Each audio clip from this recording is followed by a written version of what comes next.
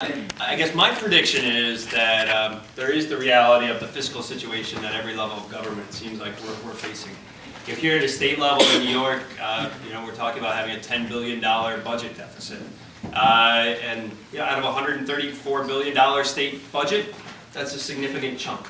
But I think Kate's point is absolutely right, that we shouldn't be beholden to that big deficit, that there are still opportunities. And one of the ways that I predict we're going to see movement, trying to move the needle, is by positioning farm and food issues as economic opportunities.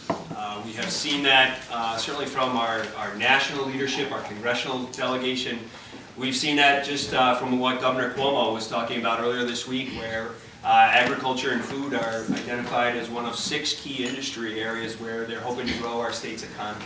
And you see that in FoodWorks, you see that almost in all levels of government, that if there is opportunity here, part of the rationale is because there's economic opportunities and that this can lead to jobs here in New York. So I make a prediction that farms and food are going to be an economic opportunity, and I'm excited too. Great. Great, all right, Jen? What do I think will happen? Well, what I think will happen is this continued interest in farmers markets and CSAs. Clearly that's continuing. Governor Cuomo mentioned that in his State of the State address.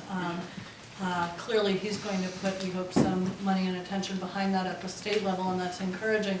That said, I hope that we don't get too caught up in the number of farmers markets so much as the quality of the farmers markets, and I think that there's a distinction there. I live in a really small rural community. There's only a couple thousand people there, and it has its own farmers markets. And too often I see a farmer show up, and at the end of the day they've grossed seriously $50 or $75. It's hardly enough for them to show. But I do think we have a great opportunity for better quality, I think is the best word I can say, for our farmers markets. And whether that's better infrastructure for our farmers markets, or more opportunities for low-income New Yorkers to access farmers markets through the fresh, Health Bucks, Fresh Checks programs. Those are sort of the opportunities that I see going forward, and I think we're going to continue to see that.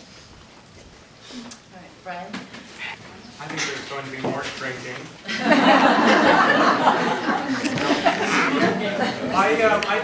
It's not easy to make. It's not easy to make predictions, but the one thing we have going for us is you do see a lot of convergence of thinking on all these sorts of issues, where the same sorts of solutions are sprouting up, not just within the region, but all across the country and around the world. Whether you're talking about reducing food waste, where I think there will be some exciting initiatives in the city in terms of reducing the 25% to 50% of food that is wasted, including food packaging, and there's initiatives at the restaurant level and at the food rescue organization level, even at the household level. I would second David's point that hopefully more and more politicians and business decision makers are seeing food as an engine for economic growth and for job creation.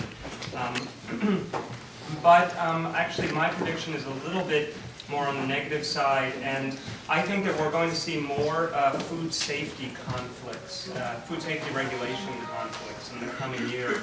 And this latest federal bill to increase oversight over food safety problems and give the federal government more control over food recalls is, I think, a good step it's a good step in many ways, but it failed to make a significant distinction between small-scale food safety issues and large-scale, even though there was a bar set at which farms under a certain level were going to be exempt from the rules. But I don't think it's sufficient. I think we're still going to continue to see conflicts where home cooks and restaurant chefs who want to do things like make their own pickles and make their own sausage are still basically operating illegally. And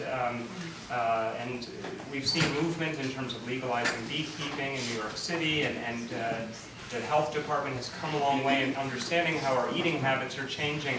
But I think we're still positioned for having more of these sorts of problems. And hopefully, if we can resolve these problems, we'll get to a point where there's really a two-tiered system, and we acknowledge that larger scale farming has a much greater potential for massive food safety problems, which need to be regulated, and at the lower level, sort of personal responsibility and diversity and oversight at the household and small business level will be sufficient. Great, so before I open it up to